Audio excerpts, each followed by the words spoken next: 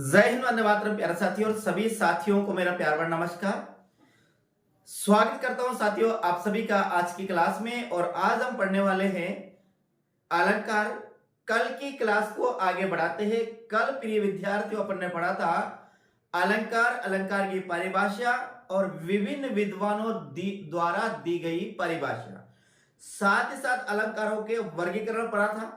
यानी कि जो अलंकार होते हैं वो उनको तीन भागों में बांटा गया है: शब्द अलंकार, अर्थ अलंकार और रूपे अलंकार। अब शब्द अलंकार में कौन कौन से आते हैं, वो भी अलंकार, अर्थ अलंकार में कौन कौन से आते हैं, वो भी अलंकार में कौन कौन से आते हैं, ये भी अपन ने अगली क्लास में देख लिया था। तो आज हम वहां से उस क्लास को आगे बढ़ाते हैं। कहां से? जहां से अपन ने छोड़ा था। तो एक बार पुणे साथियों आप सभी का मैं बी.एल. लोधा, वरिष्ठ अध्यापक हिंदी, आप सभी का आज क्लास में स्वागत करता हूं साथियों। ये जो क्लास है बिल्कुल साथियों आपके RPSC first grade, RPSC second grade, MP वर्ग 1, एमपी वर्ग 2 या फिर आप किसी भी राज्य से साथियों हिंदी से शिक्षक बनने की तैयारी कर रहे हो, यानी कि पी या जीटी या फिर टीजीटी या फिर साथियों आप नेट, सेट, जेआरएफ। कहने का मतलब यूं है कि आप केंद्र से या राज्य से यदि हिंदी से शिक्षक बनने की तैयारी कर रहे हैं तो सभी में ये क्लास बेहद ही उपयोगी है साथियों। इससे ज्यादा मैटर नहीं आएगा। मैं आपको जो मैटर पढ़ाऊं बिल्कुल संतुलित मैटर है, ना ज्यादा है और ना कम है। तो साथियों हम शुरू करते हैं आज क्लास को। और मैं उम्मीद करता हूं प्रिय विद्यार्थियों कि आप यदि चैनल पर पहली बार होंगे तो चैनल को सब्सक्राइब जरूर करेंगे, साथ साथ बेल आइकन को दबाकर ऑल पर प्रेस करेंगे, ताकि साथियों आपको जो भी क्लास मेरे द्वारा पढ़ाई जाए वह आपके पास पहुंच सके और आप इसका बेहतरीन रूप से फायदा उठा सकते हैं। देखिए साथियों, अपने जो पहला अलंकार आता है वो आता है अनुप्रास। कौन सा अलंकार आता है? अनुप्रास अलंकार आता है। अनुप्रास अलंकार को आपने पहले भी पढ़ा होगा, ये नहीं कि आपने पहले इसे नहीं पढ़ा।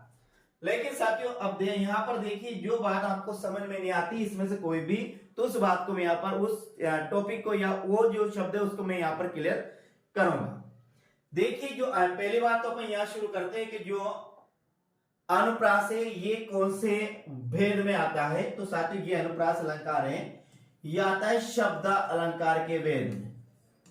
शब्द अलंकार के भेद में इसमें कौन कौन से आते हैं? एक तो साथियों इसमें आता है अनुप्रास आता है।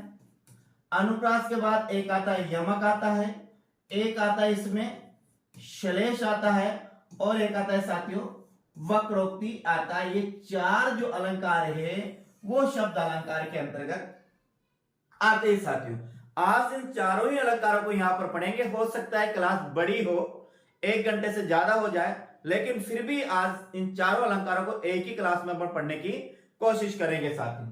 तो देखिए शुरू करते हैं क्लास को। अनुप्रास। अब देखिए जहां अनुप्रास की परिभाषा देखते हैं, जहां वर्णों की आवृत्ति 2 या 2 से अधिक बार हो अनुप्रास अलंकार कहलाता है। आवृत्ति का मतलब है एक से अधिक बार आना, एक से अधिक बार आना या बार बार आना, उसे कहते हैं आवृत्ति। यानी कि जो चीज एक बार आएगी वो पुनः आना, फिर आना, फिर आना, फिर आना, उसको ही आवृत्ति कहा जाता है साधारण भाषा में। तो देखिए यहां देखिए अनुप्रास अलंकार में आप याद रखें क्या रखिए, वर्ण रखें। सीधी सी बात है, जो अनुप्रास अलंकार है उस अनुप्रास अलंकार में वर्ण की आवृत्ति, किसकी? वर्णों की आवृत्ति होती है। क्या होती है? वर्णों की आवृत्ति होती है। आवृत्ति का मतलब है बार बार आते हैं। एक या एक से अधिक वर्ण 2 या 2 से अधिक बार आता है। एक वर्ण भी 2 या 2 से अधिक बार आता है, आ सकता है। 2 वर्ण या 3 वर्ण भी 1, 2 या 2 से अधिक बार आ सकता है। यानी अनुप्रास अलंकार का सीधा सा आप यूं से, अनुप्रास का मतलब है यूं समझे आप, वर्णों की आवृत्ति। वर्णों की आवृत्ति और वर्णों की आवृत्ति को यूं समझे कि जो वर्ण होते हैं वो कम से कम कितनी बार आते हैं? 2 बार, और अधिक बार तो कितनी ही बार आ सकते हैं। लेकिन जहां पर आपको एक ही वर्ण 2 बार देखने को मिलता है या 2 से अधिक बार देखने को मिलता है, तो वहां निश्चित रूप से कौन सा अलंकार होगा? वहां पर अनुप्रास अलंकार होगा। यही अनुप्रास अलंकार की परिभाषा है कि जहां पर एक वर्ण 2 या 2 से अधिक बार आता है वह अनुप्रास अलंकार कहलाता है। ध्यान रखिए यहाँ पर एक वर्ण, क्या एक वर्ण है वो 2 बार भी आ सकता है, 2 से ज्यादा बार भी आ सकता है। 2 वर्ण है वे दोनों 2 बार भी आ सकते हैं, ज्यादा बार भी आ सकते। 3 वर्ण है वो 2 बार भी आ सकते हैं, 2 से ज्यादा बार भी आ सकते हैं। कहने का मतलब यहाँ वर्णों की जो आवृत्ति होती है वो बार बार होती है। अब देखिएगा, जहां वर्णों की आवृत्ति 2 या 2 से अधिक बार हो अनुप्रास अलंकार कहलाता है। इतना सा इसको याद रखना, इसकी कोई बड़ी परिभाषा नहीं है। आगे, अनुप्रास अलंकार के 4 भेद होते हैं। ये भी याद रखना कि अनुप्रास अलंकार के कितने भेद होते हैं साथियों। तो आपको यहां तक तो याद रखना है कि अनुप्रास अलंकार के कितने भेद होते हैं। तो अनुप्रास अलंकार के कितने होते हैं? 4 भेद। कौन से? छेकानुप्रास, वृत्त्यानुप्रास, अंत्यानुप्रास और एक होता है श्रुतिया अनुप्रास। इन चारों वेदों के कम से कम साथियों आपको नाम तो याद जरूर रखना है। इनके उदाहरण आपको याद नहीं रहते हैं तो फिर भी कोई बात नहीं, लेकिन साथियों यदि आप फर्स्ट ग्रेड की तैयारी कर रहे हो तो कम से कम इनके उदाहरणों को जरूर देखिएगा। सेकंड ग्रेड की तैयारी करें, कम से कम इनके उदाहरणों को जरूर देखिएगा। यदि वो देने वाला यदि कठिनाई स्तर पर ले जाता है तो ये इनके उदाहरण भी आपसे पूछ सकता है, लेकिन इतनी कठिनाई पर वो जाएगा नहीं। आपको ये केवल 4 वेद याद करने हैं। 4 वेद याद करना है, छेकानुप्रास, वृत्त्यानुप्रास, अंत्यानुप्रास और श्रुतिया अनुप्रास। इस प्रकार से जरूर आपको याद रखना है कि अनुप्रास अलंकार के कितने वेद होते हैं। तो ध्यान रखिए, अनुप्रास अलंकार के 4 वेद होते हैं, छेकानुप्रास, वृत्त्यानुप्रास, अंत्यानुप्रास या श्रुतिया अनुप्रास। इस प्रकार से आपको इनको याद रखना है कि अनुप्रास अलंकार के 4 वेद होते हैं। अब देखिए इसके उदाहरणों की बात करते हैं साथियों। देखिए ये उदाहरण है, तो उदाहरण में परिभाषा के हिसाब से अपन देखेंगे। परिभाषा में क्या देखा अनुप्रास अलंकार की में, जहां पर वर्णों की आवृत्ति होती है, क्या वर्णों की आवृत्ति होती है। आवृत्ति का मतलब है बार बार आना, क्या आना? बार बार आना। जहां पर वर्ण बार बार आते हैं, वर्ण नहीं, जहां पर एक ही वर्ण 2 या 2 से अधिक बार आता है, 2 वर्ण भी 2 या 2 से अधिक बार आ सकता है, 3 वर्ण भी 2 या 2 से अधिक बार आ सकता है, लेकिन यहाँ पर वर्णों की आवृत्ति क्या होती है? बार बार। जैसे ना देखें, यहाँ लिखा हुआ कि चारों चंद्र की चंचल किरणें खेल रही थी जल और थल में, पुलक चांदनी बिछी हुई थी अवनी और अंबर में। क्या लिखा है? चारों चंद्र की चंचल किरणें खेल रही थी जल और थल में और पुलक चांदनी बिछी हुई थी अवनी और अंबर में। अवनी यानी पृथ्वी, अंबर यानी आकाश। अब ने देखे, चे वर्ण की बार बार आवृत्ति हो रही है। यहाँ चारों में भी चे है, चारों का अर्थ होता है सुंदर। चंद्रमा यानी चंद्रमा, यहाँ भी चे है। चंचल यानी चंचल। ये देखो चे वर्ण 1 बार आया, चे वर्ण 2 बार आया और चे वर्ण क्या आया? 3 बार आया। तो यहां पर ध्यान रखना, यानी कि सुंदर चंद्रमा की चंचल किरणें खेल रही थी, जल में भी खेल रही थी और थल में भी खेल रही थी। जल में भी खेल रही थी और थल में भी खेल रही थी। और पुलक चांदनी बिछी हुई थी, यानी कि आकाश में, और आकाश भी प्रकाशमान हो रहा था और पृथ्वी भी प्रकाशमान हो रही थी। तो देखिए यहाँ पर आपको ध्यान रखना है कि जहां पर एक वर्ण या 2 वर्ण या 3 वर्ण की बार बार आवृत्ति होती है, वहां क्या होता है? अनुप्रास। तो यहाँ देखिए चारों में चे, चंद्र में चे और चंचल में चे। तो यहाँ पर कौन सा अलंकार है? यहाँ पर है अनुप्रास अलंकार। अगला यहाँ है, भगवान भक्तों की भयंकर बुरी भीति भगाइए। अब देखिए जितने भी वर्ण हैं, जितने भी शब्द हैं, सभी शब्दों पे लगभग भे वर्ण की, जिसे हम भक्त वाला या भट्टी वाला कहते हैं, ये भे वर्ण की बार बार आवृत्ति हो रही है। तो जहां पर किसी वर्ण की बार बार आवृत्ति होती है, आवृत्ति का अर्थ है आना। जहां पर कोई वर्ण यदि बार बार आता है तो वहां पर कौन सा अलंकार होता है? वहां पर अनुप्रास अलंकार होता है। तो देखिए, भगवान भक्तों की भयंकर बुरी भीति भगाइए। तो यह बे वर्ण, यहाँ भी बे वर्ण आ रहा, यहाँ भी बे वर्ण आ रहा, यहाँ भी बे आ रहा, यहाँ भी बे आ रहा, यहाँ भी बे है और यहाँ भी क्या है? बे। तो इस एक वर्ण के बार बार आने से हम समझेंगे कि यहाँ पर कौन सा अलंकार है? अनुप्रास अलंकार है। आगे देखिए, आगे हम बात करते हैं।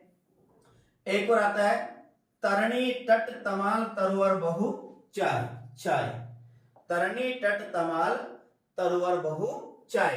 अब देखिए, तरणी तट तमाल तरोवर चाय, यहाँ तेवर्ण है, यहाँ भी तेवर्ण है, यहाँ भी तेवर्ण है और यहाँ भी तेवर्ण है। यानी कि तेवर्ण यहाँ पर लगभग कितनी बार आया? 4 बार आया। अब अनुप्रास अलंकार की क्या परिभाषा है? यदि ते यहां भी आता है और ते यहां भी आता है, यदि 2 बार आता है तो भी अनुप्रास अलंकार होगा। 2 से कितनी ही बार आ सकता है, अनंत बार आ सकता है, तो वहां भी क्या होगा? अनुप्रास। पर शर्त यह है कि एक वर्ण कितनी बार है? 2, कम से कम 2 बार आनी चाहिए, तो वहां पर कौन सा अलंकार होगा? वहां पर अनुप्रास अलंकार होगा। तो ये अपन ने क्या पढ़ा? आप और भी उदाहरण साथियों, और उदाहरण आप अपने पास, आपके जो पासबुक है आपके पास, उसका सहारा लीजिए, वहां पर और भी अन्य उदाहरण देखे तो वहां पर अन्य उदाहरण देख सकते हैं। यहां पर अपन ने 3 देखे है कि चारों चंद्र की चंचल किरणें खेल रही थी जल और थल में, पुलक चांदनी बिछी हुई थी अवनी और अंबर में। अगला उदाहरण देखा गया, भगवान भक्तों की भयंकर बुरी बीती बगाइए। तीसरा उदाहरण देखा आपने कि तरनी तट तमाल तरोवर बहु छाए। और भी कई उदाहरण साथियों, जैसे अपन कक्षा में पढ़ाते हैं या कई बार अपन हंसी मजाक में बात करते हैं, जैसे मान लेते बात करते हैं कि चंदू के चाचा ने चंदू की चाची को चांदनी रात में चांदी की चम्मच से चटनी चटाई। तो यहां भी क्या है? 6 वर्ण बार बार आ रहा है। क्या? चंदू के चाचा ने, चंदू के चाचा ने, हाँ, चंदू के चाचा ने चंदू की चाची को क्या? चांदनी रात में चांदी की चम्मच से चटनी चटाई। तो यहां भी 6 वर्ण बार, यहां भी 6 है, यहां भी 6 है, यहां भी 6 है, यहां भी 6 है, यहां भी 6 है, और मतलब इसमें 6 वर्ण बार बार आ रहा है। तो यहां भी क्या है? अनुप्रास अलंकार है। जैसे खड़क सिंह के खड़कने से खड़कती है खिड़कियां, जैसे खड़क सिंह के खड़कने से खड़कती है खिड़कियां। तो यहां भी क्या है? जो ख वर्ण है वो बार बार आ रहा है, तो यहां भी कौन सा है? अनुप्रास अलंकार। इस प्रकार से अनुप्रास अलंकार में देखा जाए तो अपना जो साहित्य है, अपना जो पद्य खंड है, तो पद्य खंड में लगभग 70 से 80% है साथियों अनुप्रास अलंकार होता है। यानी कहीं ना कहीं आपको 2 वर्ण मिल जाएंगे एक काव्य पंक्ति में। तो ये अनुप्रास है। अनुप्रास वर्ण पुनः देख क्या होता है? वर्णों की आवृत्ति क्या होती है? बार बार होती है। वर्ण एक भी हो सकता है, वर्ण 2 भी हो सकता है, लेकिन एक जो भी वर्ण होगा वो कम से कम कितनी बार आएगा? कम से कम 2 बार आना चाहिए। ये अनुप्रास अलंकार की शर्त है। अधिक तो वो कितनी बार आ सकता है। इसके बाद देखिए अनुप्रास अलंकार का अपने 4 वेद देखे, कौन सा? छेक अनुप्रास, वृत्त्यानुप्रास, अंत्यानुप्रास और श्रुतिया अनुप्रास। छेक अनुप्रास, वृत्त्यानुप्रास, अंत्यानुप्रास और श्रुतिया अनुप्रास। ये चारों अनुप्रास को जैसे मैंने बोले इसी प्रकार से आपको कंठस्थ इनको याद करना है। ये था अपना अनुप्रास अलंकार। इसके बाद जो अगला आता है साथियों अपने पास आता है यमक अलंकार। बिल्कुल ध्यान से देखिए, यमक अलंकार अपने लिए बहुत इंपॉर्टेंट अलंकार है। यहां से अक्सर एग्जाम में प्रश्न, एक और ध्यान रखना साथियों, जहां पर यमक अलंकार होता है वहां पर अभिधा शब्द शक्ति होती है। एक और ध्यान, अभिधा लक्षणा और व्यंजना शब्द शक्तियां हैं।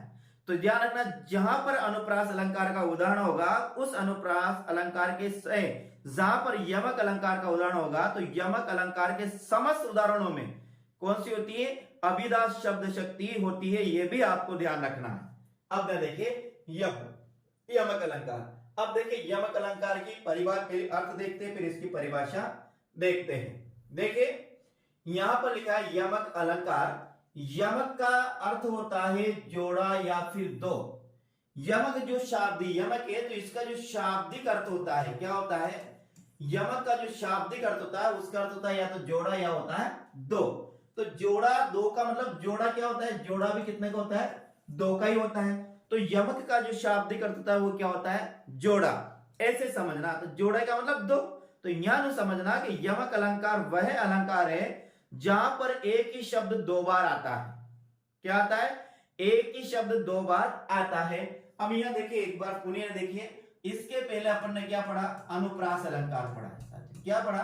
अनुप्रास। अनुप्रास अलंकार में क्या आता है? वर्ण आता है कम से कम कितनी बार? 2 बार। अधिक बार कितनी आ सकता है? इसके बाद अभी अपन पढ़ रहे क्या पढ़े? यमक। यमक में क्या होता है? शब्द आता है। यमक में क्या आता है? और एक शब्द कितने बार आता है? 2 बार। अनुप्रास में वर्ण कितने बार आता है? 2 बार। यमक में क्या आता है? अनुप्रास में वर्ण आता है 2 बार और यमक में शब्द आता है 2 बार। तो ध्यान रखना, अनुप्रास का अर्थ है वर्ण और यमक का अर्थ है साथियों क्या है? शब्द है। वनुप्रास में जो वर्ण होता है वो कम से कम 2 बार आता है, और यमक में शब्द होता है वो कितनी बार आता है? 2 बार आता है। अब देखिए, जहां कविता में किसी शब्द का बदले हुए अर्थ में प्रयोग हो, अर्थात शब्द एक से अधिक बार आए और अर्थ भी प्रत्येक बार अलग अलग हो, यमक अलंकार कहलाता है। ध्यान दीजिए, यमक अलंकार की परिभाषा एक बार पुनः देखिए क्या लिखी हुई है, आपको इसी प्रकार से याद करनी है। बहुत सरल शब्दों में साथियों मैंने यहां पर इनको लिखने की कोशिश की है। ये किसी भी नोट्स के या किसी भी बुक की साथियों ये मतलब कॉपी नहीं है। मैंने बहुत गहरा अध्ययन करके लगभग मानिएगा कम से कम 10 कोचिंग के नोट्स और किताबों को मिलाकर साथियों मैंने इसमें ये सरल भाषा में इनको मैंने लिखा है, तो आप ध्यान दीजिएगा। देखिए, जहां कविता में किसी शब्द का बदले हुए अर्थ में प्रयोग हो, यानी कोई भी कविता हो, कोई भी काव्य हो और कोई भी काव्य पंक्ति हो, वहां पर कोई भी शब्द आए तो उस शब्द का बदले हुए अर्थ में प्रयोग हो, यानी एक बार आए दोबारा फिर आए तो फिर दोबारा आने पर उसका अर्थ क्या अलग निकलता है, तो वो क्या है? यमक अलंकार। यहां पर लिखना का अर्थार्थ करके शब्द एक से अधिक बार आए, ध्यान रखना शब्द कितने बार है? एक से अधिक बार आए, वो 2 बार भी आ सकता है और 2 से साथियों में 3 बार भी आ सकता है, वो 4 बार भी आ सकता है, पर शर्त ये है कि शर्त क्या है कि शर्त यह है कि कम से कम कितनी बार आए? वो 2 बार आए, ये ध्यान रखना है।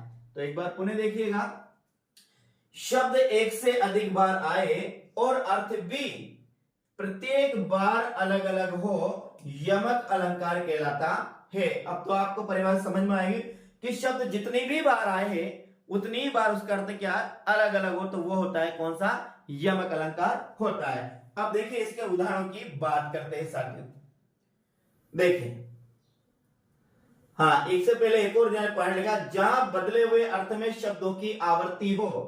जहां बदले हुए अर्थ में शब्दों की आवृत्ति का मतलब वही है 2 बार आना, 2 बार आना। अब बदले हुए अर्थ में कैसे? बिल्कुल एक बार साथियों यहाँ पर हाँ साधारण शब्दों में इनके उदाहरण को समझते हैं, फिर इसके कठिनाई स्तर पर हम जाते हैं। देखिए यहाँ पर पहला उदाहरण आता है, बहुत शानदार उदाहरण है। देखिए साथियों, यहां पर उदाहरण लिखा है, सजना है मुझे सजना के लिए। क्या उदाहरण है?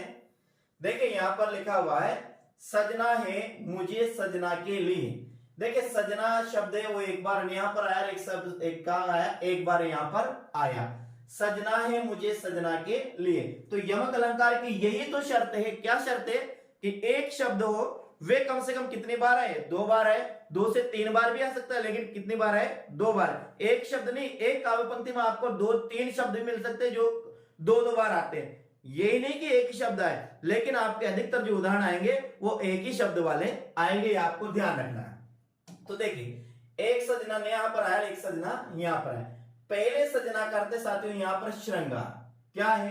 व्याकरण में देखा जाए तो साथियों ये जो श्रृंगार है ये व्याकरण दृष्टि से क्या है? शुद्ध है, और इसी श्रृंगार को अपन व्याकरण दृष्टि से ऐसे लिखते हैं साथियों, तो ये व्याकरण दृष्टि क्या है? अशुद्ध है। ध्यान रखना, यदि ये श्रृंगार आपको ऐसे भी लिखा आता है तो ये श्रृंगार भी क्या है? व्याकरण दृष्टि से शुद्ध है, यानी कि ये भी शुद्ध है और ये भी क्या है? शुद्ध है। ये कैसा? अशुद्ध है, ये ध्यान रखना है आपको। पहला सजना का अर्थ है यहां पर श्रृंगार, दूसरा सजना का अर्थ है साधन या प्रियतम। यानी कोई नायिका कहती है कि मुझे श्रृंगार करना है अपने प्रियतम के लिए साथियों। दूसरा उदाहरण देखिए, ये प्रसिद्ध उदाहरण है साथियों, 3 बेर खाती थी वे 3 बेर खाती है। 3 बेर खाती थी वो 3 बेर खाती है, नगन जड़ाती थी वो नगन जड़ाती है। ये प्रसिद्ध काव्य पंक्ति है भूषण की, और भूषण को अपन पढ़ते हैं रीतिकाल में। रीतिकाल में समय तो इनका रीतिकाल है, लेकिन रीतिकाल में इनको पढ़ते हैं हम साथियों कहां पर पढ़ते हैं? वीर रस के कवि में पढ़ते हैं। इसमें 3 कवि आता है, भूषण, सूदन और लाल। भूषण, सूदन और लाल, इन तीनों कवियों को रीतिकाल के समय में आते थे। तो क्योंकि ये जो कहा भूषण थे साथियों, इन्होंने कहा एक तो महाराज शिवाजी और छत्रसाल बुंदेला, महाराज शिवाजी और छत्रसाल बुंदेला के जीवन पर ही अपनी समस्त रचना की जीवन पर ही अपनी जितनी भी रचना लिखी, और जैसे रचना लिखी जैसे शिवा भावनी, शिवराज भूषण भूषण हजारा, दूषण हजारा, छत्रसाल, ऐसे जो कविता, ऐसे जो रचना लिखी वो इनकी है। तो ये रचना है साथियों उस समय की। यहाँ पर स्त्रियों के, मुगलों की स्त्री, जब महाराजा शिवाजी ने जब मुगलों पर आक्रमण किया, तो आक्रमण करने के बाद उनकी जो स्त्रियां थी उनके किलों पर इन्होंने क्या कर लिया, अधिकार कर लिया। तो उनकी स्त्रियां फिर कहां चली जाती है, उन किलों को छोड़कर जान बचाने के लिए वहां से निकल जाती है और जंगलों में चले जाते। तो वहां का उन्होंने वर्णन किया कि 3 बेर खाती थी, वह 3 बेर खाती है। यहां पर भी बेर शब्द आया और यहां पर भी बेर शब्द आया साथियों। तो यहां पर एक शब्द कितने बार आया, 2 बार आया। दोनों ही बार क्या, इसका अर्थ क्या है, अलग अलग है। इसलिए यहां पर कौन सा अलंकार होगा, यहां पर होगा प्रिय साथियों यमक अलंकार। ध्यान रखना कौन सा होगा, पहला जो बेर है, इस पहला बेर का ध्यान रखना, पहले बेर ये है जिसका अर्थ है साथियों समय, और दूसरा जो बेर है साथियों यहां बेर लिख रहा है, इसका अर्थ है एक फल, झाड़ी विशेष का फल। जैसे सुना होगा ना, इमली खट्टी और मीठे बेर और इमली खट्टी, तो वो बेर है साथियों झाड़ी विशेष का। यानी कि जो स्त्रियां दिन में 3 बार खाना खाती थी, 3 समय खाना खाती थी, वह स्त्रियां अब जंगल में दर दर भटक रही है और उनको कि वह केवल एक झाड़ी का फल बेर खाकर वे जीवित रहती है साथियों। अगला उदाहरण देखिए इसका, कनक कनक ते सोगुनी मादकता अधिकाई, व खाए बोराए जग व पाए बोराए जग। देखिए लिखा हुआ बहुत अच्छा है, कनक कनक ते सोगुनी मादकता अधिकाई, व खाए बोराए जग व पाए बोराए जग। तो यहां पर जो ये कनक कनक जो शब्द आया, एक ही शब्द कितनी बार आया, एक ही शब्द 2 बार आया। एक ही शब्द कितने बार आया, एक ही शब्द 2 बार, एक कनक ये और एक कनक ये है। सो गुनी, सो यानी सो, गुणी यानी गुणा, मादकता यानी नशा, मादकता यानी नशा, अधिक यानी अधिक, अधिक यानी अधिक। यानी इस कनक से इस कनक का नशा 100 गुना अधिक होता है। पहला देखें यहां पर, पहले जो कनक है यहां का है वा खाए यानी खाने पर, खाए यानी खाने पर, वा खाए बोराए जग, जग यानी संसार के समस्त प्राणी, बोरा यानी पागल, बोरा यानी पागल, नशे में मस्त पागल, और यहाँ पाए का मतलब है पाना, पाए का मतलब है पाना। देखिए यहां पर एक कनक करते साथियों, इस कनक करते धतूरा एक विशेष होता है जो अभी आपने देखा होगा सावन का महीना चल रहा है और सावन के महीने में शिव जी पर ये चढ़ाया जाता है, आंकड़े के फूल चढ़ाए जाते हैं, बेल पत्र चढ़ाए जाते हैं, धतूरा चढ़ाया जाता है। तो ये वही धतूरा है जो शिव जी को चढ़ाया जाता है। एक झाड़ी विशेष का ये साथियों फल है। तो पहला कनक का अर्थ है यहाँ पर धतूरा और दूसरे कनक का अर्थ है यहाँ पर सोना। यानी कि कवि ने कहा है कि इस कनक को खाने से जितना नशा आता है, यानी धतूरों को खाने से जितना नशा आता है उससे 100 गुना ज्यादा नशा किसी व्यक्ति को यदि सोना प्राप्त हो जाता है। यहां सोने करते साथियों धन दौलत, क्या है, धन दौलत, रुपए पैसे, रुपए पैसे है। यदि किसी व्यक्ति को धन दौलत सोना रुपए पैसे आदि प्राप्त हो जाते हैं तो वह व्यक्ति अपने आप का इतना घमंड करता है, इतना गर्व करता है, अपने आप इतना गर्व करता है, अपने आप पर इतना अहंकार करता है कि उनको 24 घंटे इतना नशा आता रहता है, किसका, अपनी दौलत का, अपने रुपए पैसों का, अपनी शोहरत का, उसे इतना नशा आता रहता है कि जितना ये धतूरा खाने से भी व्यक्ति को नशा नहीं आता है। तो यहाँ पर अपन को ये समझना है कि यहाँ पर जो कनक कनक शब्द है ये 2 बार आया, तो जहां पर 2 बार आता है अर्थ भी क्या निकलता है, अलग अलग निकलता है। तो वहां पर कौन सा अलंकार होता है साथियों, यमक अलंकार होता है। आपको ऐसे इसको ध्यान में रखना है। आगे देखिए और भी उदाहरण है, यहाँ पर बहुत प्रसिद्ध अच्छे उदाहरण साथियों, जिनको बिल्कुल मैंने यहाँ पर लगभग बहुत सारे उदाहरण यहाँ पर समाहित कोशिश की है। आपने ये क्लास पूरी देखी है साथियों तो आपको ये अलंकार कभी नहीं भूलेंगे। देखिए यहाँ पर, तोपे वारू उर्वशी सुन राधिके सुजान, तू मोवन के उर्वशी हवे उर्वशी समान। तोपे वारू उर्वशी सुन राधिके सुजान, तू मोवन के उर्वशी अवे उर्वशी समान। ये जो पद है ये बिहारी का प्रसिद्ध पद है और ये सेकंड ग्रेड में भी ये पद दे रखा है साथियों। तो देखिए यहाँ पर यदि इसका अपन व्याख्या करने लगते हैं, हो सकता है आज की क्लास बहुत ज्यादा लंबी हो जाएगी, क्योंकि साथियों अभी आधा घंटा हो गया। अभी तो अपने क्या चल रहा है, यमक अलंकार चल रहा है, इसके बाद श्लेष अलंकार, इस बाद वक्रोक्ति अलंकार है। लेकिन देखिए आगे बात करते हैं। यहां पर राधिका है, राधा है, राधा से एक गोपी, राधा और गोपी दोनों यहां पर एक दूसरे से बात कर रही है, दोनों एक दूसरे से बात कर रही है। इसको और आगे ले जाते हैं तो भगवान जो कृष्ण है वो गोकुल को छोड़कर कहां चले जाते हैं, मथुरा चले जाते हैं। जिस उद्देश्य से उन्होंने जन्म लिया था उसको पूरा करने के मथुरा चले जाते हैं और कई दिनों तक नहीं लौटते हैं। तो फिर गोपियां जो वीर्य में दग्ध रहती है, तो फिर राधा एक गोपी से कहती है, गोपी फिर राधा अपनी सखी से कहती है अंतरंग सखी। अंतरंग सखी का अर्थ होता है कि मन की बात जिसको बताया जा सके वह अंतरंग सखी कहलाती है, और जिसे मन की बात नहीं बताया जाता है वह अंतरंग सखी नहीं कहलाती। जैसे अंतःपुर होता है महलों में, इसी प्रकार अंतरंग सखी अंतरंग मित्र होता है। तो यहाँ पर राधा और अपनी एक अंतरंग सखी दोनों एक दूसरे से बातें कर रही है। तो वह जो उनकी अंतरंग सखी है, उनकी सहेली है, सबसे प्रिय सहेली, वो उनसे कैसे समझाती है राधा को देखिएगा। तोपे वारु उर्वशी सुन राधिके सुजान। सुजान का अर्थ होता है चतुर, सुजान का अर्थ होता है चतुर होता है। और गणानंद में भी अपनी रचनाओं में सुजान शब्द का प्रयोग किया है। एक सुजान उनकी प्रेयसी का नाम है, एक सुजान शब्द निकलता है वहां पर भगवान श्री कृष्ण के लिए। लेकिन यह सुजान का अर्थ है चतुर, राधिके का मतलब है राधा, राधिके का मतलब है राधा, सुन का मतलब है सुनो, सुन का मतलब है सुनो, हे चतुर राधिका सुनो। तो पेन तुम पर, पेन पर, वारुयन बलिदान करती हूं, न्योछावर करती हूं उर्वशी। इस उर्वशी का अर्थ है साथियों क्या, एक स्वर्ग की अप्सरा। क्या है, एक स्वर्ग की अप्सरा। हे चतुर राधिका मैं तुम पर स्वर्ग की अप्सरा उर्वशी को भी तुम पर न्योछावर करती हूं। यानी कि तुम क्या स्वर्ग में जो अप्सरा है उर्वशी उससे भी बेहतरीन सुंदर हो, वो भी आपसे प्रतिस्पर्धा नहीं कर सकती है सुंदरता में, वो भी आपका मुकाबला नहीं कर सकती है। तो कृष्ण भगवान आपको किस प्रकार से भूल सकते हैं साथियों, ऐसा यह कहा। तू मोहन के उर्वशी, देखिए उर्वशी एक यहां पर आया है, एक उर्वशी यहां पर आया, एक उर्वशी यहां पर आया। उर का मतलब होता है साथियों हृदय, अंतःकरण, बस यानी बसना, बस यानी बसना। तुम मोहन, मोहन यानी कृष्ण के, यानी कि नायक के, कृष्ण के यहाँ नायक, तू नायक के हृदय में बसी हुई है, तू मोहन के हृदय में बसी हुई है।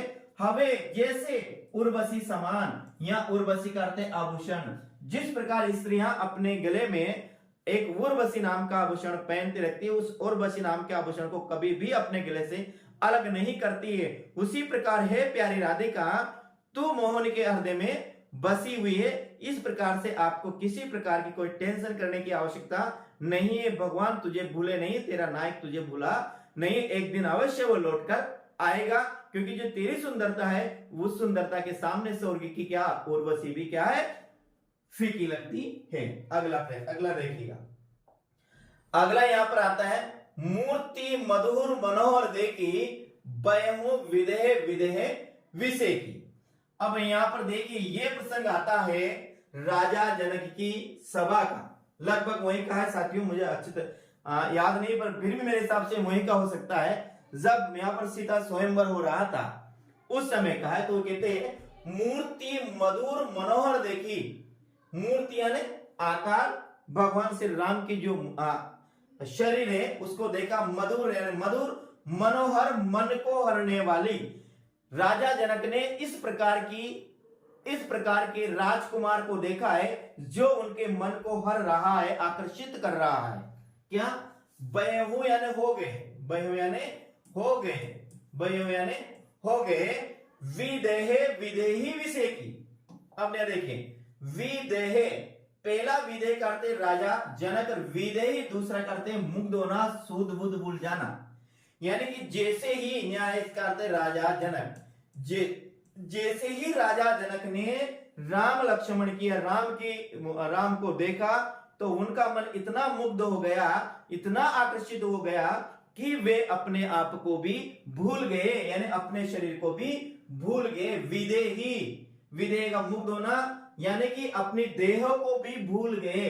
तो यहाँ जो विदेह शब्द है ये दो बार है, दोनों बार इसका क्या है अर्थ अलग अलग है साथियों। अगला देखिए ये देखिए यहाँ पर अगला छठा प्रश्न आता है। ये छठा प्रश्न भी साथियों सेकंड ग्रेड में कबीर में आता है। छठा प्रश्न ये देखिए यहाँ लिखा हुआ है, सदगुरु की महिमा अनंत अनंत किया उपकार, लोचन अनंत उगाड़िया अनंत दिखावन आग। सदगुरु की महिमा अनंत अनंत किया उपकार, लोचन अनंत उगाड़िया अनंत दिखावन हार। अब ये देखिए जो अनंत शब्द आया साथियों, एक बार तो यहाँ अनंत आया, एक बार नया अनंत आया, एक बार नया अनंत आया, एक बार यहाँ पर अनंत आया। यानी जो अनंत शब्द है ये 4 बार आया। तो आपको ये ध्यान रखना है कि जो शब्द है वो एक, यानी कि आपके पास 2 ही बार आएगा, वो 3 बार भी आ सकता है, 4 बार भी। यदि ज्यादा यहाँ पर काव्य पंक्तियां ज्यादा है तो 5 से 10 बार भी आ सकता है। अब ये देखिए अलग है, सतगुरु की महिमा अनंत यानी अनंत है। जो सतगुरु होता है, जो गुरु होता है, उसकी महिमा का बखान नहीं किया जा सकता है। ये गुरुदेव के अंग से लिया गया है, कबीर के गुरुदेव के अंग से ही लिया, क्योंकि यहाँ पर गुरु की महिमा का वर्णन है। तो यहाँ का गुरु की महिमा अनंत यानी अनंत है, अनंत किया उपकार, अनंत यानी अनेक, अनेक प्रकार के मेरे ऊपर उसने क्या कर रखा है, उपकार कर रखा है। इसलिए मैं उनको उपकारों को किस प्रकार से भूल सकता हूं। गुरु की महिमा का इतना ज्यादा, इतनी है कि उसका वर्णन नहीं किया जा सकता है, वह अनंत है, उनके उपकारों को मैं नहीं भूल सकता हूं। और लोचन अनंत उगाड़िया, लोचन यानी नेत्र, अनंत यानी कि बुद्धि के, मेरे बुद्धि रूपी जो नेत्र थे, उन सोए हुए बुद्धि रूपी जो नेत्र थे, उनको मेरे गुरु ने ही खोला है। मेरे गुरु की कृपा से वे नेत्र मेरे खुले हुए हैं। अनंत दिखावन आर, और अंत में साथियों, अंत में उन्होंने मेरे ईश्वर का क्या कर दिया, दर्शन करवा दिए। मेरे जो गुरु है, उन्हीं गुरु के माध्यम से मुझे ईश्वर के क्या हुए, दर्शन हुए साथियों। तो इस प्रकार से यहाँ पर देखें तो यहाँ पर कौन सा अलंकार है, यहाँ पर यमक अलंकार है, क्योंकि अनंत के यहाँ पर क्या है, अलग अलग अनंत यानी अंत में, यहाँ शायद अनंत है साथियों, अंत में दिखावन हार, हार यानी ईश्वर, अनंत दिखावन हार। देखें अगला शब्द आता है यहाँ, जेते तुम तारे तेते नभ में ने तारे। यहां पर भगवान से कोई भक्त कहता है कि हे भगवान, है ईश्वर, है विधाता, आपने इतने लोगों को उद्धार कर दिया, इस पृथ्वी से मेरा उद्धार क्यों नहीं हो रहा है। शायद ये भगवान को यहाँ पर उलाहना दी गई है, भगवान पर व्यंग्य किया गया है। ये अपन भी वे कर सकते हैं, हे भगवान तुमने सभी को नौकरी लगा दिया, मेरे को नौकरी क्यों नहीं लगा रहा है। तो यहाँ पर वही है, ते जेते तुम तारे तेते नभ में ने तारे। यहाँ पर तारे एक यहाँ पर आया, एक तारे यहाँ पर भी आया है। एक तारे करते उद्धार करना, मोक्ष को प्राप्त करना, मोक्ष की ओर ले जाना, और एक आसमान के तारे। यानी कोई भक्त भगवान से कहता है, हे भगवान आपने इतने लोगों का उद्धार कर दिया, जितने का आसमान में भी तारे नहीं है, इतने लोगों को आपने तार दिया, तो फिर मुझे आज तक क्यों नहीं तारा, मुझे आज तक क्यों नहीं तारा, यानी कि मेरा भी उद्धार करो हे भगवान, मुझे भी नौकरी लगाओ। इस प्रकार हम लोग को भगवान से प्रार्थना करनी है। अगला प्रश्न आता है, काली घटा का घमंड घटा क्या है। इसके ज्यादा उदाहरण ले ले साथियों, लेकिन चलो बात अब खत्म हो जाएगा। काली घटा का घमंड घटा, एक घटा यहाँ पर है, एक घटा यहाँ पर है।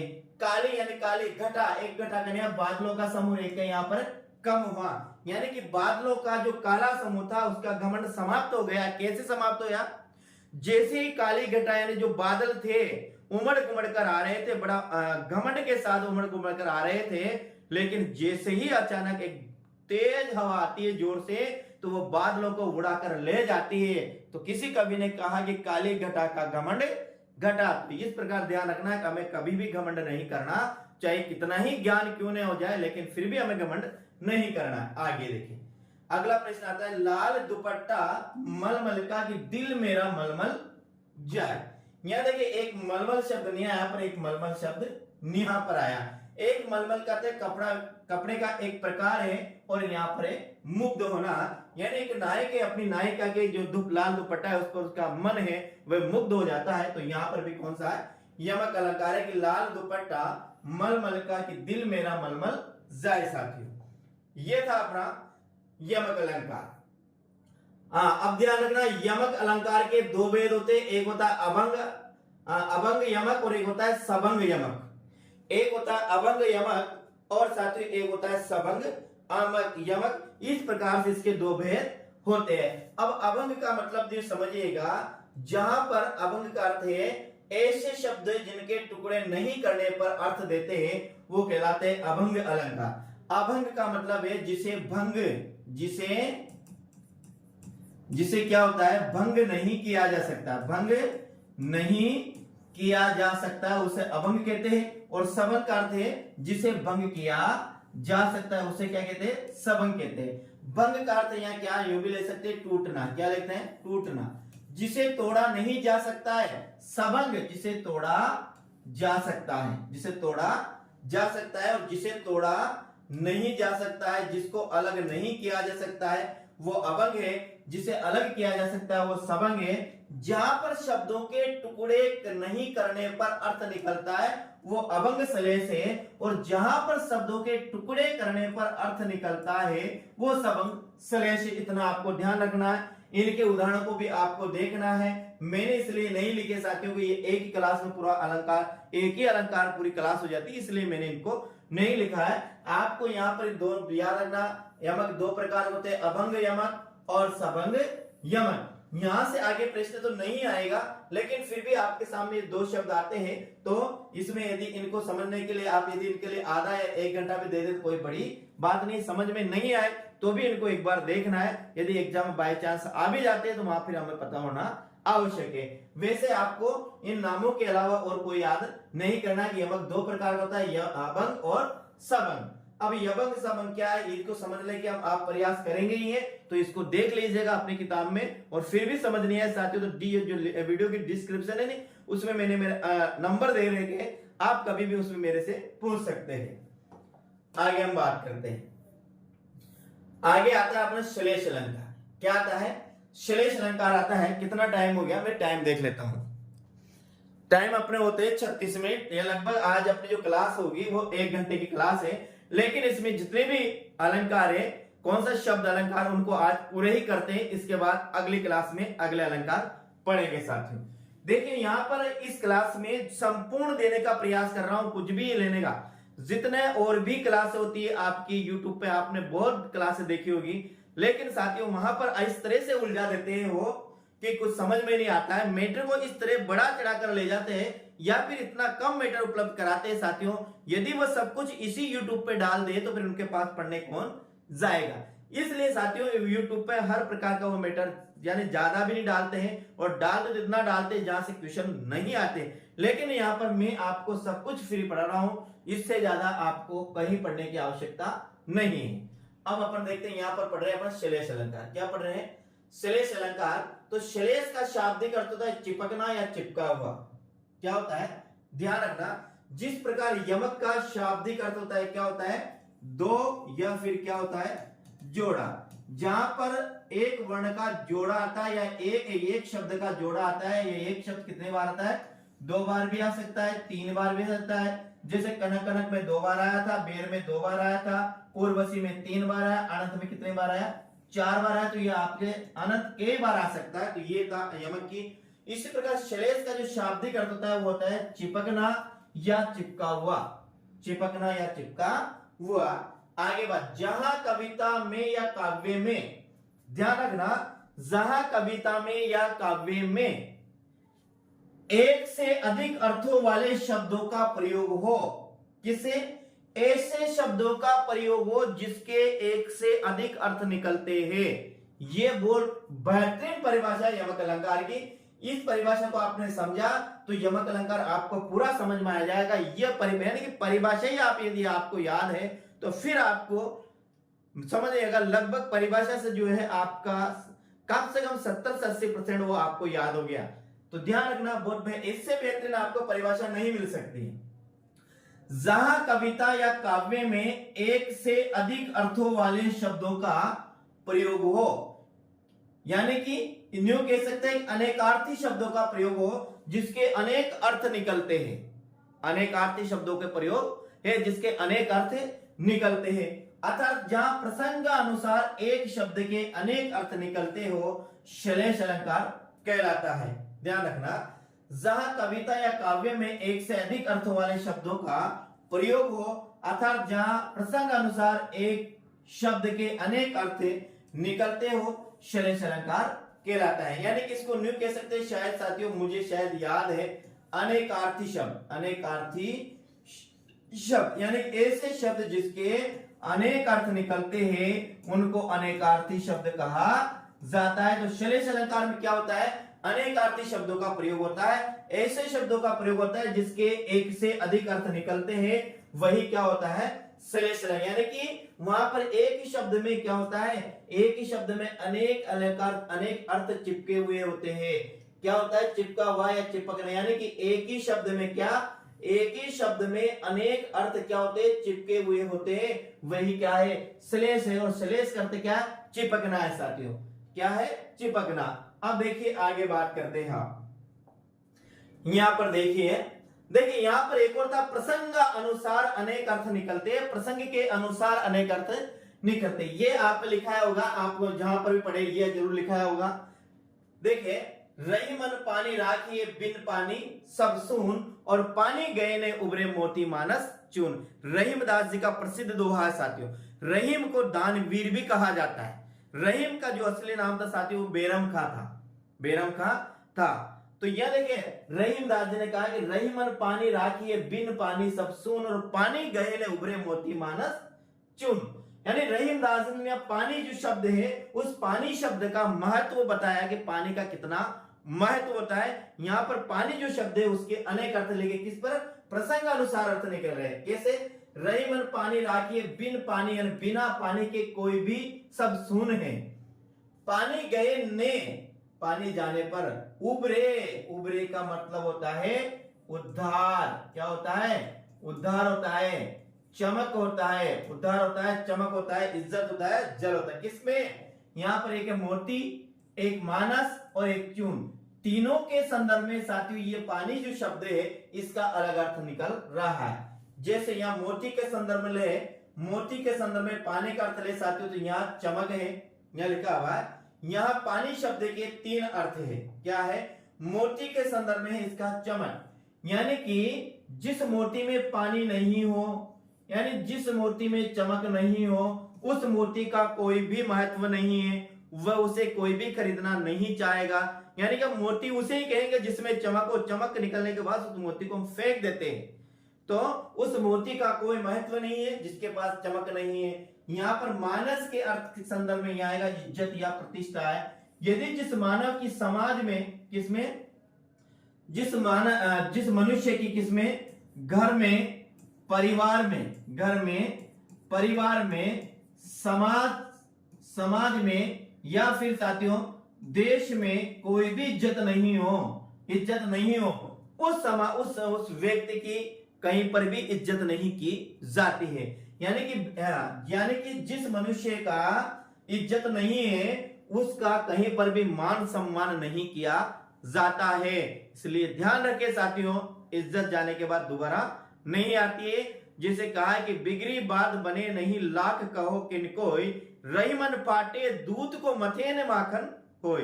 यानी कि एक बार क्या कि बिगड़ी बात बने नहीं लाख कहो किन कोई, रही मन पाटे दूध को मथे ने माखन होय।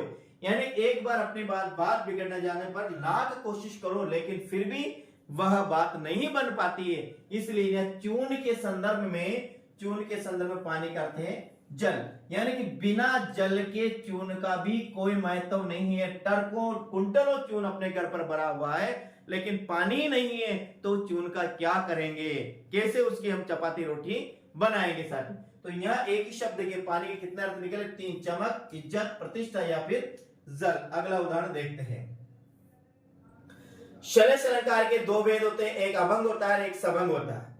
क्या होता है, एक अभंग होता है और एक है सबंग। ये याद रखना, जिस प्रकार यमक अलंकार के भी दो भेद थे, ये एक अभंग श्लेष था, एक सबंग श्लेष था, उसी प्रकार से अभंग यमक और अभंग यमक और सबंग यमक था। उसी प्रकार श्लेष अलंकार के भी कितने देखे, ये किसके भेद है, ये है श्लेष अलंकार। इसी प्रकार यमक अलंकार भी एक होता है अभंग यमक और एक होता है सबंग यमक होता है। इसी प्रकार देखिए अपन ने पढ़ा इसमें अनुप्रास, तो इसके कितने अनुप्रास कितने होते हैं, चार होते हैं। कौन कौन से, एक होता है छेकानुप्रास, एक वृत्त्यानुप्रास, एक होता है अंत्यानुप्रास और एक होता है श्रुतिया अनुप्रास। तो ये चार है क्या, छह का अनुप्रास, वृत्त्यानुप्रास, अंत्यानुप्रास और श्रुतिया अनुप्रास। इस प्रकार अनुप्रास के चार होते हैं, श्लेष के दो होते हैं और यमक के भी कितने होते हैं, दो होते हैं साथियों, ध्यान रखना।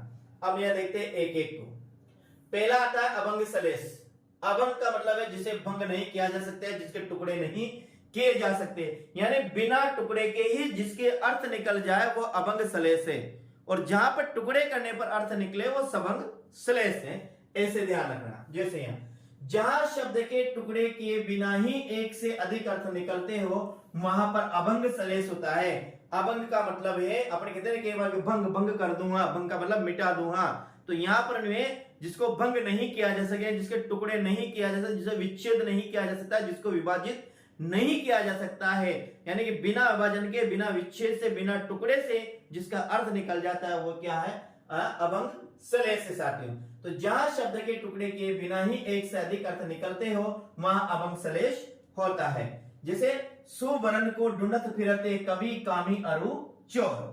देखिए यहाँ पर तीन शब्द है, एक कवि है, एक कामी यानी कामुक व्यक्ति, कामी यानी कामुक व्यक्ति। कामुक का मतलब है यहाँ क्या है, रूप वासना में या वासनाओं में लिप्त व्यक्ति।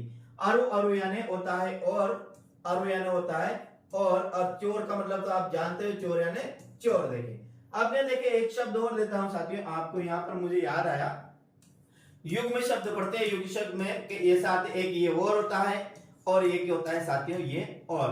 दोनों में क्या अंतर है, इस और का अर्थ होता है साथियों तरफ, इस और का अर्थ होता है तथा, इस और का अर्थ होता है तथा।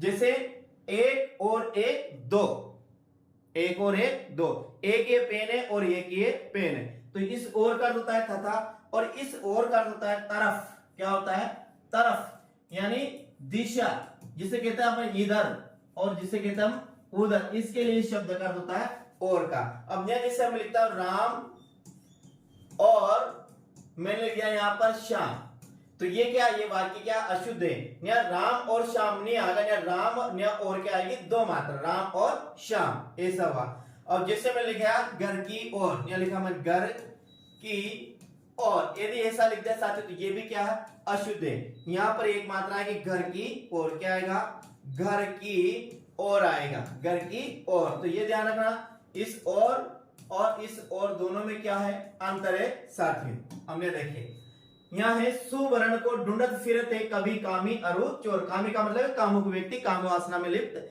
व्यक्ति। हमने देखे जो सुवर्ण शब्द है, देखिए श्लेष का अर्थ क्या होता है, अभी अपन लिखा श्लेष का अर्थ होता है चिपकना। क्या होता है, चिपकना। जहां एक शब्द के अनेक अर्थ चिपके हुए हो, एक शब्द के अनेक अर्थ निकलते हुए होता है श्लेष अलंकार। अब देखिए सुवर्ण को ढूंढत फिरते कभी कामी अरु चोर। सुवर्ण, देखिए कवि का अर्थ इसका क्या है, सुवर्ण, सु यानी सुंदर, सु यानी अच्छे, सु यानी अच्छे, वर्ण यानी वर्ण, वर्ण यानी वर्ण। तो कवि का अर्थ में तो क्या निकल रहा है इसका, अच्छे वर्ण। हमेशा जो कवि होता है अपने काव्य रचना में अच्छे अच्छे वर्णों का प्रयोग करना चाहता है, ताकि उसकी कविता शब्दार्थ से भी अच्छी लगे और अर्थार्थ से भी उसकी कविता अच्छी लगे। तो यह कवि का अर्थ में सुवर्ण का अर्थ क्या निकलेगा, अच्छे वर्ण निकलेगा। कामी का अर्थ में सुंदर रूप। जो कामी व्यक्ति होता है, कामुक व्यक्ति होता है, वो हमेशा सुंदर रूप, या वह स्त्री भी हो सकती है कामी और पुरुष भी हो सकता है। तो जो होता है वो हमेशा साथियों क्या करता है, वो सुंदर रूप को ही हमेशा तलाशता रहता है। और न्याय चोर करते स्वर्ण, सोना या धन। ये हमेशा चोर ऐसा होता है जो सोने को ही ढूंढता रहता है, हमेशा सोने का, सोने यानी सोने चांदी में ही वह रहता है। शायद साथियों मेरा जो इन्वर्टर है वो खत्म होने वाला है, अपनी क्लास बीचे ही खत्म हो सकती है। लाइट कई देर से गई हुई है और इन्वर्टर बोल रहा है 1 मिनट, क्यों लाइट नहीं आ गई, फिर कहीं बोलूं।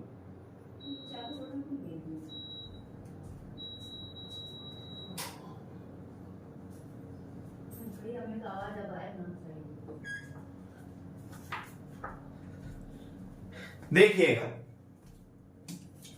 बात करते हैं, यहां पर हम बात कर रहे हैं।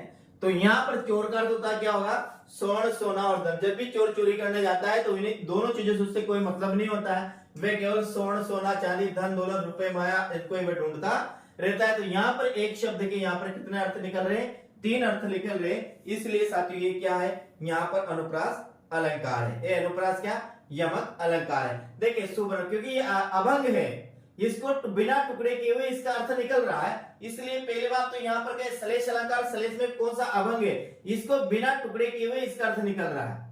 ये अभंगी पढ़ रहे हैं ना साथियों, हाँ अभंगी पढ़ रहे हैं। अगला देखिए, जहां यहां गुण शब्द एक और है, हाँ दूसरा उदाहरण देखिए, बलिहारी नर पे, साथियों ने नृत्य नहीं है, क्या है नर पे है, नृत्य लिखा हुआ, मैंने तो अभी देखा है, यदि पहले मैं इसे देख लेता तो मैं इसे क्या कर देता, इसको साथियों में सही कर देता, लेकिन यहां पर इसका अर्थ क्या है, नर पे है, ध्यान रखना, यह है बलिहारी नर पे की गुण बिन, बलिहारी नर पे कूप की, यहाँ कूप भी है साथियों, ध्यान रखना, नर्प ही नहीं है, यहां पर क्या है, आपको कूप भी याद रखना है, क्या रखना है, कूप भी आपको याद रखना है। बलिहारी नर्प कूप की साथी, यहां है बलिहारी नृप और एक है यहां पर कूप, दो शब्द है यहां पर, दोनों यहां दो, बलिहारी नर्प कूप की गुण बिन बूंद ने दे, बलिहारी नौछावर होना है, राजा ऐसे लोगों पर नौछावर हो जाता है, क्या भाई, गुण बिनु बूंद ने दे, गुण यानी बिना गुण के एक बूंद भी नहीं देता है। देखिए यहाँ जो गुण शब्द है इसके दो अर्थ है, गुण शब्द है इसके दो अर्थ है, नर्प के अर्थ में, राजा के अर्थ में अलग अर्थ है, और कुएं के अर्थ में अलग अर्थ है। राजा के अर्थ में अच्छाई, यानी जो राजा होता है ऐसे व्यक्तियों का मान सम्मान करता है, ऐसे व्यक्तियों को नौछावर हो जाता है, ऐसे व्यक्तियों को वो बलिदान हो जाता है, राजा भी जो अच्छे कार्य करते हैं, यानी उन्हीं को राजा मान सम्मान प्रदान करता है जो अच्छे कार्य करते हैं। तो यहाँ गुण का राजा का अर्थ में क्या हुआ, अच्छा है, यहाँ है बिनु बूंद ने दे, तो हमने देखे कुएं के अर्थ में रस्सी, कुएं के अर्थ में है रस्सी, यानी कि जो कुआं होता है, कुएं में बिना रस्सी से हम जल को बाहर नहीं निकाल सकते हैं, रस्सी से कुएं में रस्सी डालेंगे, उसमें गड़ा बांधेंगे तो ही हम कुएं, जो कुआं होगा फिर ही वह हमें पानी दे सकता है, लेकिन बिना गुण के वह हमें बिल्कुल भी एक बूंद भी पानी नहीं दे सकता है साथियों। तो यहाँ गुण शब्द है, गुण के एक अर्थ नया अच्छा है और एक नया क्या है, रस्सी है साथियों। आगे हम बात करते हैं, आगे और भी है साथियों, देखिए बहुत लंबी क्लास होगी आज तो ये, आजो तरणियो ही रहियो श्रुति सेवन एक संग, बेसरी लइयो बसी मुक्तन के संग, ये भी बिहारी का दोहा है, ये भी बिहारी का ही दोहा, बहुत बेहतरीन दोहा है। आजो यानी आज तक तरियो नहीं, देखो यहाँ तरियो शब्द है, क्या है ये तरियो जो शब्द है, इसका यहाँ पर अलग अलग अर्थ निकल रहा है, अलग अलग अर्थ निकल रहा है। यहाँ पर श्रुति शब्द है, श्रुति के भी अलग अलग अर्थ निकल रहे हैं। यहाँ बेसरी शब्द है, बेसरी के भी अलग अलग अर्थ निकल रहे हैं साथियों। यहाँ नागबास है, नागबास के भी अलग अलग अर्थ निकल रहे हैं। यहाँ पर मुक्तन है, मुक्तन के भी अलग अलग, यहाँ 5 शब्द है, एक तो क्या तरियो है, एक श्रुति है, एक बेसरी है, एक मुक्तन है, एक नागबास है, बेसरी बस है। अजो तरणियो रहियो श्रुति सेवन एक संग, बेसरी लइयो, हाँ ये नागबास शब्द छुटा हुआ है साथियों। यह क्या है, जो नागबास शब्द है वो क्या है, छुटा हुआ है। नागबास बेसरी लइयो, यह आएगा, इसके पहला आएगा नागबास, यहां इसके पहला आएगा नागबास। तो एक तो अजो तरणियो, एक श्रुति, एक नागबास, एक बेसरी और एक मुक्तन। देखिए यहां प्यारे ने कहा है कि अजो ने आज तक तरणियो तो तरा नहीं, श्रुति सेवक एक संग, तूने लगातार इन कानों से परमात्मा के गुणों का वर्णन सुना है, लेकिन आज तक तेरा उद्धार नहीं हुआ, आज तक तेरा उद्धार नहीं हुआ। लेकिन ये नाक पर जो मोती है, ये नाक का मोती यहाँ रहने से इसकी इज्जत बढ़ जाती है, और कान या अलग अलग कान पर जो लटकने वाले जो आभूषण होते हैं हमेशा वो लटके ही रहते हैं, वो कभी उनका मान सम्मान नहीं होता है। लेकिन जो नाक में जो मोती होता है, इसकी स्त्रियां बड़ी इज्जत के साथ यहाँ पर उनको यहाँ पर मान सम्मान करती है, लेकिन यहाँ पर जो आभूषण उनका वो मान सम्मान नहीं करती है। नागबास शब्द एक ने स्वर्ग के लिए भी आया है कि यहाँ पर उसने स्वर्ग प्राप्त कर लिया, लेकिन तू हमेशा यहाँ पर लटका ही रहा, लटका ही रहा। अब देखिए यहाँ पर तरियो यानी जो तरा नहीं, उद्धार एक होता है कर्णफूल, एक तरण, एक होता है तरणियों का मतलब एक अर्थ होता है इसका तरा नहीं, यानी आज तक तो तरा नहीं, आज तक तो कानों में ही पहना जाता रहा, ऐसे हो जा। सुरती सेवक एक्शन, सुरती का अर्थ है यहाँ पर, यहाँ लिखा हुआ का सुरती यानी कान एक वेद। तूने लगातार वेदों का अध्ययन किया लेकिन फिर भी तू आज तक नहीं तरा। तू लगातार कानों के नीचे लटका रहा लेकिन फिर भी आज तक तेरा उद्धार नहीं हुआ, आभूषण के अर्थ में। फिर यहाँ नाक बास, नाक बास कहते हैं स्वर्गपद और नासिका, एक है ये बेसरी है, ये बेस नामक आभूषण है, वो नाक बास है, नाक में पहना जाता है।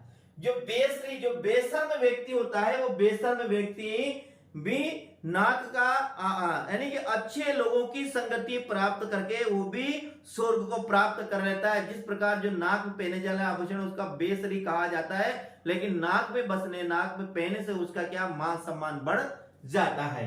आगे देखिएगा, एक है यहाँ पर मुक्तन मोतियन सज्जन, मुक्तन मोती यानी सज्जन व्यक्तियों के संगत से जो बेशर्म व्यक्ति होता है वो भी स्वर्ग को प्राप्त कर लेता है, प्राप्त कर लेता है।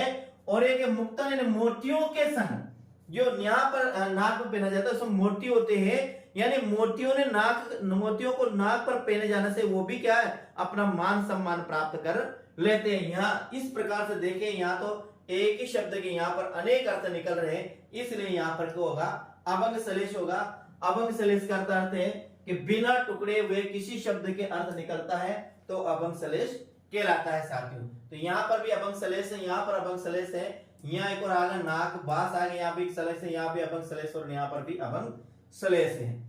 अब अगला उदाहरण आता है अपना सबंग सलेश। क्या आता है, जहां शब्द के टुकड़े करने पर एक से अधिक अर्थ निकलते हो वहां अभंग सलेश, वहां पर सबंग क्या है, वहां पर सबंग सलेश होता है। क्या है, जहां शब्द के टुकड़े करने पर एक से अधिक अर्थ निकलते हैं वहां सा भंग, यहां लिखेंगे सा और यहां लिखेंगे भंग, सबंग सलेश होते हैं। यानी जहां पर शब्द के क्या है टुकड़े करने पर, क्या टुकड़े करने पर अर्थ निकलते हैं उसे कहते हैं सबंग सलेश कहते हैं। अब देखिए यहां पर ये सबंग सलेश आ गया, यानी जहां पर हम टुकड़े करते हैं शब्द के टुकड़े करने पर अर्थ निकलता है उसे सबंग सलेश कहा जाता है। अब देखिए इसका उदाहरण की बात करते हैं। चेर जीवे चोरी जुरे क्यों न समय गंभीर सने गंभीर, को घटी है वृक्ष भानु जा वह हलदर के वीर। चीर जीवो जोरी जुरे, जो मैं इस जोड़ी को देख रहा हूं, जो मेरे सामने ये जोड़ी विद्यमान है, जो मेरे सामने ये जोड़ी विराजमान है, ये जोड़ी युगों युगों तक जीवित रहे, युगों युगों तक जीवित रहे, युगों तक ये जीवित रहे, इसी प्रकार से इनकी जोड़ी बनी रहे। या चीर जीवो, ये जो चीर यानी युगों तक जीवे, जोड़ी जुड़े साथ में जोड़ी है, ये युगों तक जीवे। क्यों ने सने गंभीर, इसमें सने, इसमें इतना सने है, इसमें इतना प्रेम है, तो ये क्यों नहीं है, इनका होना स्वाभाविक है।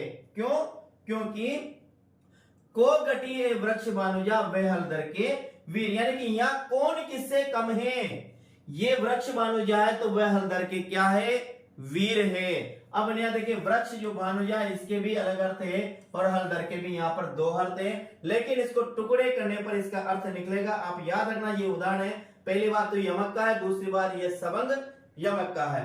अब इसको हम देखते हैं कैसे।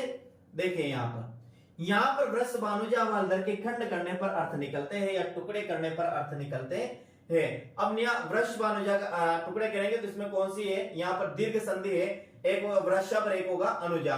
देखिए वृषभ करते हैं बेल और अनुजा का मतलब है बहन, अर्थात बेल की बहन कौन, गाय। तो एक तो क्या हो गया, वृषभ का अर्थ क्या हो गया, बेल की बहन यानी कि गाय हो गया, बेल की बहन यानी क्या हो गया, गाय। एक वृषभानु प्लस जा, वृषभानु या राजा भानु, राजा वृषभानु, और जा का अर्थ है उत्पन्न, अर्थात राजा भानु से उत्पन्न कौन, राधा, अर्थात राजा भानु से उत्पन्न कौन, राधा। तो एक अर्थ इसका क्या हो गया, एक अर्थ हो गया इसका जो है वृषभानु, इसका अर्थ हो गया, एक हो गया गाय और एक हो गया इसका क्या हो गया, राधा, एक हो गया राधा। यहां हलदर के दो अर्थ है, यहाँ हलदर के क्या है, दो अर्थ है। एक किसान और किसान का वीर अर्थात बैल, और यहाँ हलदर यानी बलराम, बलराम के भाई अर्थात भगवान कृष्ण। यानी कि किसान और बैल या गाय में, पहला यह है वृषभानु गाय और गाय का भाई बैल। गाय बैल और किसान में जो प्रेम है वह स्वाभाविक है, वो हमेशा बना रहेगा। उसी प्रकार कौन, भगवान श्री कृष्ण में और वृषभानु की जो पुत्री राधा, राधा के पिता का नाम है वृषभानु, तो राधा में और श्री कृष्ण में जो प्रेम है, ये जो जोड़ी है, ये युगों तक इसी प्रकार से विद्यमान रहे, इनमें प्रेम होना स्वाभाविक है। इस प्रकार से यहां देखें तो यहाँ कौन से सबंग अलंकार है। यहाँ है नव जीवन दो हमें घनश्याम, क्या है, नव जीवन दो हमें घनश्याम। यहाँ नव जीवन और घनश्याम के दो दो अर्थ है। नव जीवन के भी दो अर्थ है, तो घनश्याम के क्या है, दो अर्थ है। नव जीवन है, एक है नया जीवन और दूसरा है यहाँ पर पानी। एक नया जीवन और दूसरा है पानी। देखिए नव जीवन, नया जीवन और एक है यहाँ पर पानी। यानी कि जो किसान है जो है वो ऊपर देखकर प्रार्थना कर रहे हैं कि नव जीवन दो हमें घनश्याम, यानी कि हे बादल हमारे ऊपर पानी बरसाओ। आप पानी बरसाएंगे तो हमारा जो है हम त्रस रहे, त्राई त्राई मान हो रहा है इस गर्मी से, उससे हमें छुटकारा मिलेगा। तो यहाँ पर एक नवजीवन कर, तो नया जीवन प्रदान करो, क्या, पानी बरसाकर हमारा नया जीवन प्रदान करो। यहाँ एक घनश्याम का मतलब है भगवान श्री कृष्ण है, और एक यहाँ पर है बादल, क्योंकि बादल का रंग भी कैसा है, काला, और भगवान श्री का रंग भी कैसा है, काला। तो यहाँ पर बादल से प्रार्थना करते हैं, उसका अर्थ है कि हमें पानी दो, और यहाँ पर भगवान से प्रार्थना करेंगे हमें नया जीवन प्रदान करो। देखिए यहाँ पर एक और पंक्ति आती है, जहां गांठ ता रस नहीं ये जानते सब कोई। ये पूरा दोहा मुझे याद नहीं आ रहा, बहुत अच्छा दोहा है कि जहां गांठ तह रस नहीं यहाँ जानते सब कोई। यहाँ गांठ और जो रस शब्द है उसके प्रिय साथियों दो दो अर्थ निकल रहे हैं, तो दो दो अर्थ निकल रहे हैं। यहाँ गांठ और रस के दो दो अर्थ है। जैसे गांठ, यहाँ गाने में कठोर स्थान, यहाँ गाने नहीं है, यहाँ साथियों गन्ने, क्या है, गन्ने में जो कठोर स्थान होता है, जो गन्ना आपने देखा होगा, गन्ने में यहाँ पर ऐसे जो बीचे होगी, सब हमारी भाषा में तो सब पंगेरी कहते हैं, और इसको हम कहते हैं घाट। तो जहां घाट होता है गन्ने में, उसमें रस नहीं होता है।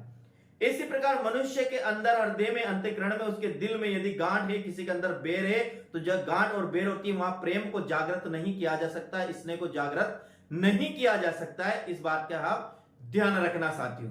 तो यहां पर देखिए, यहां पर गांठ का अर्थ है ये तो गन्ने में कठोर स्थान, और एक मन में कपट या बेर। जिसके मन में कपट है, जिसके अंदर बेर है, उसके अंदर ममता, करुणा, दया, प्रेम, इसने श्रद्धा आदि भावों को नहीं जगाया जा सकता है। यानी कि यहां से बेर निकलने के बाद ही अंदर दूसरी चीजें आ सकती है। जिस प्रकार घड़ा यदि फुल भरा है तो उसमें अन्य चीजें नहीं डाल सकते, पहले उसको खाली करना पड़ेगा, फिर ही दूसरी चीजों को हम डाल सकते हैं साथियों। आगे रस है, गन्ने का रस और मधुर वचन। यहाँ रस है, यानी कि जहां पर गांठ है वहां गन्ने में रस नहीं रहेगा, तो यहाँ गांठ के अर्थ में यहाँ रस निकल रहा, और जहां व्यक्ति के अंदर अर्थ में बेर है वहां पर वो मधुर व्यवहार नहीं कर सकता है साथियों। आगे देखिए, आगे आप आता है वक्रोक्ति अलंकार। क्या आता है, वक्रोक्ति अलंकार अपने यहां पर आता है साथियों। देखिए यहां वक्रोक्ति, अब देखें यहां वक्रोक्ति का शाब्दिक अर्थ है वक्र प्लस उक्ति। जो वक्रोक्ति शब्द बना है वो दो से बना, एक वक्र है और एक उक्ति है, ये बना वक्रोक्ति। क्या बना, वक्रोक्ति। अब ये जो साथियों इसमें है गुण संधि शब्द में, तो लेकिन ये क्या है मेरे हिसाब से अपवाद है, क्योंकि ऊ की तो यहाँ क्या लगेगी मात्रा, वक्रोक्ति होना चाहिए था, लेकिन हमारा उक्रोक्ति, जबकि इसका संधि विच्छेद वक्र प्लस उक्ति ही क्या है, सही है। वक्र प्लस या तो यहाँ औक्ति होता, क्या होता, औक्ति होता, तब ये क्या बनता, वक्रोक्ति। लेकिन ये वक्रोक्ति को किताबों में ऐसे दे रहा है वक्र प्लस उक्ति ही दे रहा है। हमने देखे ये जो वक्रोक्ति शब्द है ये वक्र से और उक्ति से बना, अर्थात वक्र का अर्थ होता है टेढ़ा कतर, वक्र उसे का है, वक्र रेखा है। आपने 10वीं में पढ़ी होगी, आपने जब गणित पढ़ी हो तो वक्र रेखा का है, वक्र का मतलब होता है टेढ़ी रेखा, वक्र का मतलब होता है टेढ़ी रेखा। रिजु यानी होता है सरल रेखा, रिजु यानी होता है सरल, जैसा आपने पढ़ा रिजु कोण यानी कि सरल कोण साथियों। तो वक्र है जो यहाँ दो शब्द बना, एक तो क्या वक्र है, क्या है, एक तो क्या है वक्र है और एक क्या है उक्ति। तो वक्र का मतलब है टेढ़ी या टेढ़ा, उक्ति यानी कथन या टेढ़ा कथन कहना, यानी कोई बात को सीधे नहीं कहकर उसको घुमा फिरा कर कहना, वही क्या वक्रोक्ति है। किसी बात को सीधे नहीं कहकर स्पष्ट कथन में नहीं कर उसको घुमा फिरा कर कहना, वही क्या है वक्रोक्ति है। उसे ही वक्रोक्ति अलंकार कहा जाता है। ये फर्स्ट ग्रेड में साथियों देखिएगा वक्र टेढ़ा कथन, जहां कोई बात किसी अन्य आशय से कही जाए परंतु श्रोता उसका भिन्न अर्थ लगा ले या समझ ले, ऐसे स्थानों पर वक्रोक्ति अलंकार होता है। यानी कहा तो किस संदर्भ अपना और सामने वाला किस संदर्भ में उसका अर्थ लेता है, वही वक्रोक्ति अलंकार कहलाता है। वैसे एग्जाम इसके आने की कोई संभावना नहीं होती, फिर भी अपन देखते हैं। यह लिखा कौन द्वार पर है हरि मैं राधा, क्या वानर का काम यहाँ। अब यहाँ देखिए, यहाँ भगवान बाहर खड़े हैं और आओ जिसे उन्होंने बेल बजाई, भगवान श्री कृष्ण बाहर खड़े, राधा अंदर है और भगवान श्री कृष्ण जैसे बेल बजाई तो राधा ने पूछा कौन, तो राधा ने कहा कौन द्वार पर है, तो कहा हरि में राधा। हरि ने कहा कि मैं हरि में राधा, तो राधा के क्या बानर का काम है यहाँ। तो यहाँ देखिए कौन द्वार पर है, हरि ने कहा मैं राधा, यानी हरि ने कहा कि हरि ने कहा हरि मैं राधा, यानी मैं यहां पर हरि के लिए आया है। तो फिर राधा ने क्या कहा हरि में राधा क्या वानर का काम है। तो यहाँ जो हरि शब्द है, इस हरि शब्द यहाँ राधा जानकर भी हरि यानी कृष्ण भगवान का अर्थ क्या ले लेती है बंदर, और कहती है कि यहाँ बंदरों का क्या काम है। तो यहाँ पर भगवान ने सीधी बात नहीं कहकर उसको टेढ़े कहा और समझने वाला ने उसका दूसरा अर्थ समझ लिया। तो प्रिय विद्यार्थियों, आज अपना था ये शब्द अलंकार। मेरे हिसाब से बहुत बेहतरीन क्लास है। मैं आपसे बिल्कुल साथियों विनम्र निवेदन है कि इस क्लास को आप इतने शेयर करिएगा कि जितने भी आपके पास YouTube या जितने भी आपके व्हाट्सएप और टेलीग्राम चैनल है, सभी में निश्चित रूप से साथियों आप इसको निश्चित रूप से शेयर करेंगे। ऐसी में से आपसे उम्मीद और ऐसी में आपसे उपेक्षा रखता हूं कि आप इसको बिल्कुल साथियों बहुत ज्यादा शेयर करेंगे। तो हम विदा लेते हैं, कल फिर मिलेंगे अगली क्लास में। मस्त रहना, खूब पढ़ना। जय हिंद, वंदे मातरम। प्यारे साथियों, राम राम।